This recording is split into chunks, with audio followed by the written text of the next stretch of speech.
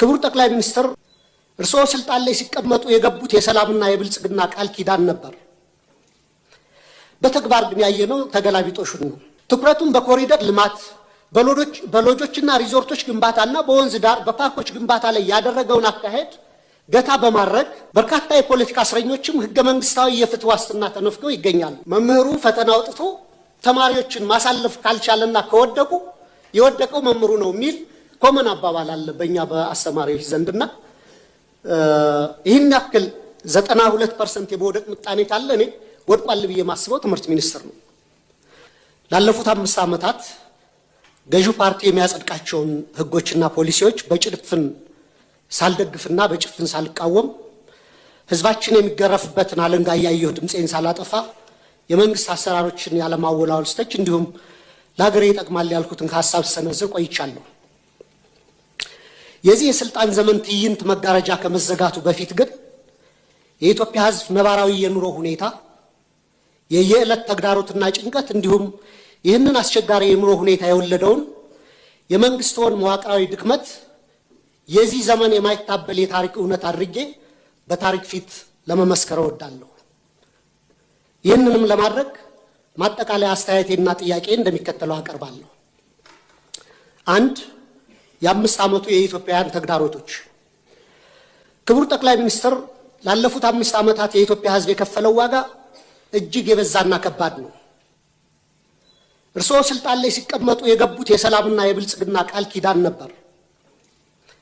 በተግባር ግን ያየነው ተገላቢጦሹን ነው። የሰሜን ኢትዮጵያ ጦርነት ያስከተለው አስከፊ ሰብአዊ ውድመትና ጠባሳ ሳይሽር ዛሬም በአማራ፣ በኦሮሚያ፣ በጋምቤላ፣ በቤንሻንጉል ጉሙዝና በሌሎችም አካባቢዎች የሚታዩት ቀጣይነት ያላቸው ግጭቶችና ጦርነቶች፣ ብሔርና ሃይማኖት ተኮር ጥቃቶች፣ እገታዎችና አለመረጋጋቶች የዜጎችን የመኖር መብት ነፍገዋል። በቅርቡም ከትግራይና ከኤርትራ ኃይሎች ጋር የሌላ ጦርነት ስጋት አሳሳቢ ደረጃ ላይ ደርሷል። በፖለቲካው መስክም የፖለቲካ ምህዳሩ መጥበብ፣ የሀገራዊ ተቃርኖች መስፋት ወይም ፖለቲካል ፖላራይዜሽን፣ የነጻ ሲቪል ማህበራት መቆስመን፣ በጋዜጠኞችና በሚዲያዎች ላይ እገዳዎችና እክሎች ዜጎች አማራጭ ድምፅ እንዳሰሙ አፍነዋቸዋል።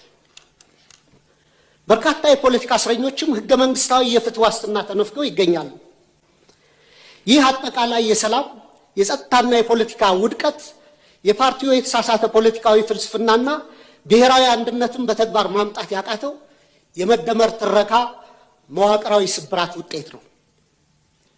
2. ስልታዊና መዋቅራዊ ስህተቶች። መንግስት የችግሮቹን ስራ መሰረት ትቶ ምልክቶችን ብቻ የመቀጥቀጥና በቁጥር ጨዋታ ህዝብን የማደናገር አካሄድ እየተከተለ ነው።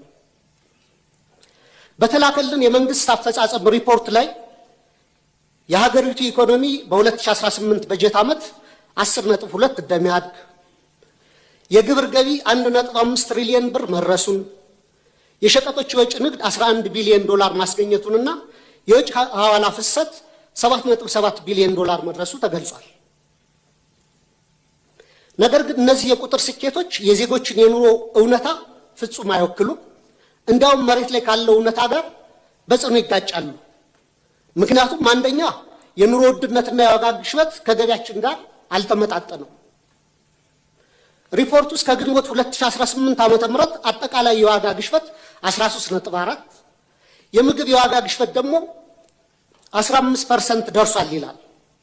ይህን ግሽበት ለመደጎም መንግስት 379 ቢሊዮን ብር ማውጣቱ ቢገለጽም በተግባር ግን ባለፉት ዓመታት የተተገበረው የማክሮ ኢኮኖሚ ማሻሻያ ዝቅተኛውን የማህበረሰብ ክፍል ለከፋ ድህነት በዳረገበት ሁኔታ ላይ እንገኛለን። ማሻሻያውን ተከትሎ የመጣው ሰማይ የነካ የዋጋ ግሽበት በሚሊዮኖች የሚቆጠሩ ዜጎችን የመግዛት አቅም ሙሉ በሙሉ አሳጥቷል። ይህንንም ተከትሎ ቋሚ ደሞዝ የሚከፈላቸው የመንግስትና የግል ድርጅቶች ሰራተኞች፣ ዝቅተኛ ገቢ ያላቸው የከተማ ነዋሪዎች፣ አነስተኛ ነጋዴዎች፣ አነስተኛ ይዞታ ያላቸው አርሶ አደሮችና አርብቶ አደሮች ወገኖቻችን በስውር ረሃብ ውስጥ ወድቀዋል። የቤት ኪራይ ከአብዛኛው ዜጎቻችን ወርሃዊ ገቢ በላይ ሆኗል። በአሁኑ ወቅት በሀገራችን መካከለኛ የሚባል የህብረተሰብ መደብ ጠፍቶ ጥቂት እጅግ የበለጸጉና አብዛኛው በድህነት የሚማቀቅ ሁለት መደቦች ሆነዋል። ሌላው የተደበቀ የሀገር ውስጥ ዕዳ መኖሩ በሪፖርቱ መረጃ መንግስት በበጀት ዓመቱ 1.13 ትሪሊየን ብር ብድር መልቀቁንና 91% የሚሆነውም ለግሉ ዘርፍ የተሰጠ ነው ይላል። ክቡራን የብሔራዊ ባንክ ገዥና የፋይናንስ ሚኒስትርን በተደጋጋሚ ላለፉት ዓመታት መንግስት አንድም ሳንቲም የንግድ ብድር ኮመርሻል ሎን አልተበደረም እያሉ ይናገራሉ። ይህ የውጭ ንግድ ብድርን ብቻ ነጥሎ በማየት እውነታውን የማደብዘዝ አካሄድ ነው። መንግስቶ በግምጃ ቤት ሰነድ እና በሀገር ውስጥ የዕዳ ዋስትናዎች አማካኝነት ከሀገር ውስጥ ባንኮችና ተቋማት በቢሊዮኖች የሚቆጠር ብር እየተበደረ መሆኑንና ይህም የሀገር ውስጥ የዕዳ ሸክምን በከፍተኛ ደረጃ እንዳናረው እና የግሉን ዘርፍ ብድር እንዳጣበበው ለምን ተደበቀ? በየጊዜው በዚሁ ፓርላማ የምናጸድቃቸው በቢሊዮኖች ዶላሮች የሚቆጠሩ የእርዳታ ብድሮች ኮንሴሽናል ሎንስ ለምን በሪፖርቱ አይካተቱ? የዕዳው ምንጭና አይነት መለወጡ ዕዳው መኖሩን ያስቀራል ወይ? ሪፖርቱ አሁንም ድረስ ከግል ዩሮ ቦንድ ባለቤቶች ጋር ያለው ድርድር ስላልተቋጨ ሀገሪቱ በከፍተኛ የዕዳ ቀውስ ውስጥ ያለች ወይም ዴት ዲስትረስ መሆኗንም ይሸሽጋል። በእርግጥ ይህን ጥያቄ ካስገባሁት በኋላ አዲስ ዴቨሎፕመንት እንዳለ በሚዲያዎች ተገልጿል። ሌላው የትምህርትና የማህበራዊ ዘርፍ መውደቅ አለ። በሪፖርቱ ላይ 26 ቢሊዮን ተማሪዎች መመዝገባቸው በስፋት ቢወራም የ12ኛ ክፍል ማጠናቀቂያ ፈተና ከወሰዱ ተማሪዎች መካከል 50% እና ከዛ በላይ ማምጣት የቻሉት 8.7% ወይም 50 ሺህ ተማሪዎች ብቻ ናቸው። ይህም የመንግስትን የትምህርት ጥራት መዋቅራዊ ኪሳራ የሚያሳይ ነው። ክቡር ጠቅላይ ሚኒስትር 8.7% የማለፍ ምጣኔ በየትኛውም ዓለም ታይቶ የማይታወቅ ወይም 92% የመውደቅ ምጣኔ ከፍተኛ የትውልድ ብክነት ወይም ጄኔሬሽናል ካታስትሮፊ ነው። እኔ የህይወቴን ግማሽ ጊዜ በማስተማር ነው ያሳለፉት በተለያዩ ደረጃዎችና ኮመን የሚባል አባባል አለ። መምህሩ ፈተና አውጥቶ ተማሪዎችን ማሳለፍ ካልቻለና ከወደቁ የወደቀው መምህሩ ነው የሚል ኮመን አባባል አለ በእኛ በአስተማሪዎች ዘንድና ይህን ያክል 92% የመውደቅ ምጣኔ ካለ እኔ ወድቋል ብዬ ማስበው ትምህርት ሚኒስቴር ነው።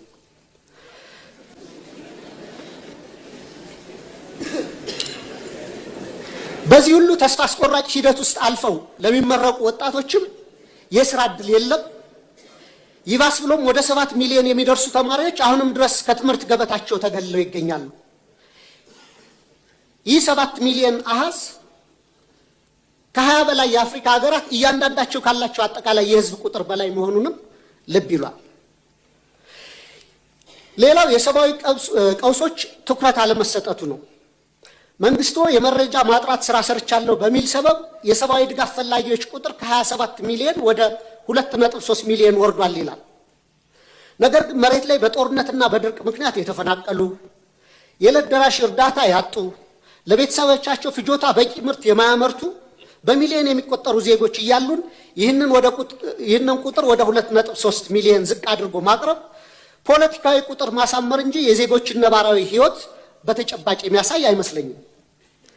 እንደ WFP፣ ፋኦ፣ ፋሚን ኢርሊ ዋርኒንግ ኔትወርክ የሚያስቀምጡት ዝቅተኛ ግምት ከ15.8 እስከ 21.4 ሚሊዮን ኢትዮጵያ ከፍተኛ የምግብ እጥረት ውስጥ እንደሚገኙ ነው።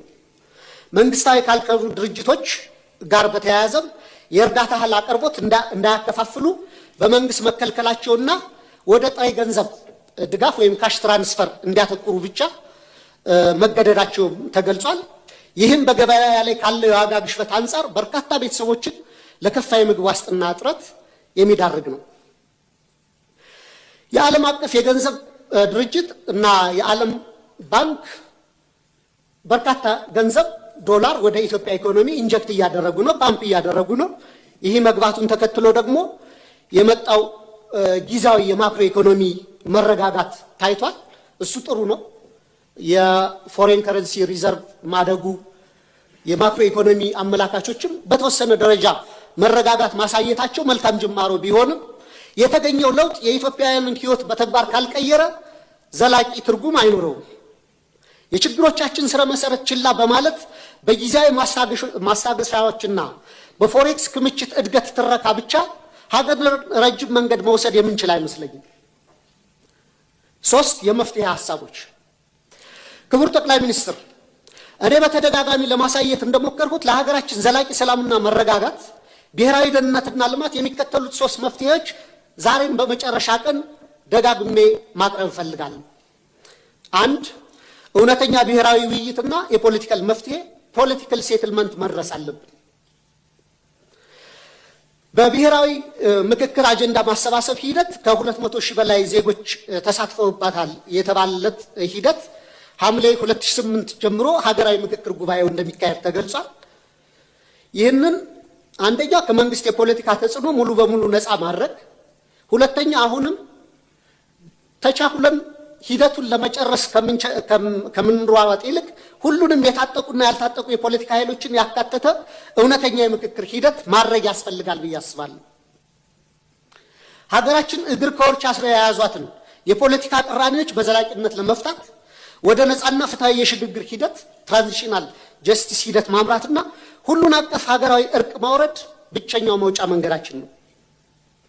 የታጠቁ ኃይሎች ውጊያ በቀጠሉበት ሁኔታ የሚካሄድ የምክክር ሂደቱ በተጠናቀቀ ማግስት የእርስ በርስ ጦርነቱ ከቀጠለ የምክክር ሂደቱ ከፍተኛ ገንዘብና ጊዜ ባከነበት ትርጉም የለሽ ሂደት ሆኖ እንደ ማንነትና ወሰን እንዲሁም እንደ ብሔራዊ እርቀ ሰላም ኮሚሽኖች ያለ ውጤት ይበተናል። 2 ሁሉን አሳታፊ ህገ መንግስታዊ ማሻሻያና እውነተኛ ፌዴራላዊ ስርዓት ማቆም ያስፈልጋል። ሁሉም ዜጎች እኔ ነው የሚሉት ህገ መንግስት እንዲኖረን የህገ መንግስት ማሻሻያ ማድረግ፣ ውሳኔዎችን ከአንድ ማዕከል በኃይል ከመጫን በመውጣት የክልሎችን የራስን ዕድል በራስ የማስተዳደር መብት ሙሉ በሙሉ የሚያከብር ነገር ግን ሀገራችንን ከብሔር መከፋፈል ወይም ባልካናይዜሽን የሚያወጣና ሀገራዊ እድገትን የሚያሰፍን ሚዛናዊ የስልጣን ክፍፍል መፍጠር፣ የሀብት ክፍፍሉንና ፊዚካል ፌዴራሊዝሙን የፈጠሩት የሀብትና የልማት ኢፍትሐዊነትንም ማረም ያስፈልጋል። የሀገር ውስጥ የምርት መነቃቃትና ማህበራዊ ዋስትናንም ማጠናከር ይገባናል። ትኩረቱን በኮሪደር ልማት፣ በሎጆችና ሪዞርቶች ግንባታና በወንዝ ዳር በፓርኮች ግንባታ ላይ ያደረገውን አካሄድ ገታ በማድረግ ለሀገር ውስጥ መሰረታዊ አምራች ኢንዱስትሪዎች ክሪቲካል የሚባሉ ኢኮኖሚያችንን በደንብ ሊያነሱ የሚችሉ ብረት ማውጣትና ማቅለጥ፣ ሜታለርጂ፣ የማሽነሪ ኢንጂነሪንግ፣ የነዳጅ ማጣሪያ አስታውሳለሁ። የነዳጅና ማዳበሪያ ማጣሪያ ፕሮጀክቶች ከመጀመራቸው ከ6 ወር በፊት ክቡር ፋይናንስ ሚኒስትሩን ለምን እነዚህን ፕሮጀክቶች አናስብም እያልኩ እየጠየቁ ነበር እና ያኔ በጀቱ በጣም ከባድ ነው በእኛ አቅም አንችልም እየተባለ ነበርና አሁን የናቹራል ጋዝ ማውጣት ፕሮሰስ መጀመሩ በሱ ደስተኛ ነኝ። ግን ጎረቤት ሀገሮቻችን አሁንም ነዳጅ ያመርታሉ። ከነዚህ ሀገሮች ገዝተን አጣርተን ባይ ፕሮዳክቱንም የመጠቀም የሀገራችንን የነዳጅ ፍጆታ ከመሸፈን አልፈን ለጎረቤት ሀገሮች መላክ ስለምንችል በደርግ ጊዜ ተደርጎ ስለነበር አሁንም የነዳጅ ማጣሪያ እንዲታሰብበት፣ የማዳበሪያ ፋብሪካም ጠይቄ ነበር። የዩሪያው መጀመሩ በጎ ነው። የዳፕ ማዳበሪያ ፋብሪካም ማሰብ መጀመር አለብን። የፋርማሲውቲካል ኮምፕሌክስ፣ ምግብ፣ ዘይት፣ ቴክስታይል ወዘተ እነዚህ ፋብሪካዎች ላይ መስራት ያስፈልገናል። እንደ ባቡር፣ ሀገር አቋራጭ ፍጥነት መንገዶችና የኃይል ግንባታ፣ ለመስኖ መጠጥና ለተለያዩ አገልግሎቶች የሚውሉ መልቲፐርፐስ ግድቦች፣ ዘመናዊ ግብርና፣ የመኖሪያ ቤቶች ግንባታና ለምግብ ዋስትናና ለድሆች የሚሆን ጠንካራ ማህበራዊ የደህንነት መረብ መዘርጋትም በቀጣይ ሊታሰብበት ይገባል። በመጨረሻም ጥያቄ መንግስቱ ላለፉት 5 ዓመታት ሲከተለው የቆየውን የፖለቲካ ችግሮችን በኃይል ከመፍታት ወደ ሰለጠነ የፖለቲካ ድርድር በመሻገር ሀገራዊ አቅምን የበሉትን የትጥቅ ግጭቶች በዘላቂነት ለመቋጨት ሁሉንም የታጠቁ ኃይሎች የሚጋብዝበት እውነተኛና አካታች የፖለቲካ ድርድር ለማድረግ እንዲሁም የህዝቡን መሰረታዊ ህልውናና የኑሮ ዋስትና ለማረጋገጥ የሚወስዱት በተግባር የሚለካ ግልጽ የሰላም የጊዜ ሰሌዳ ለማዘጋጀት ያለውን ቁርጠኝነት ቢያብራሩልን።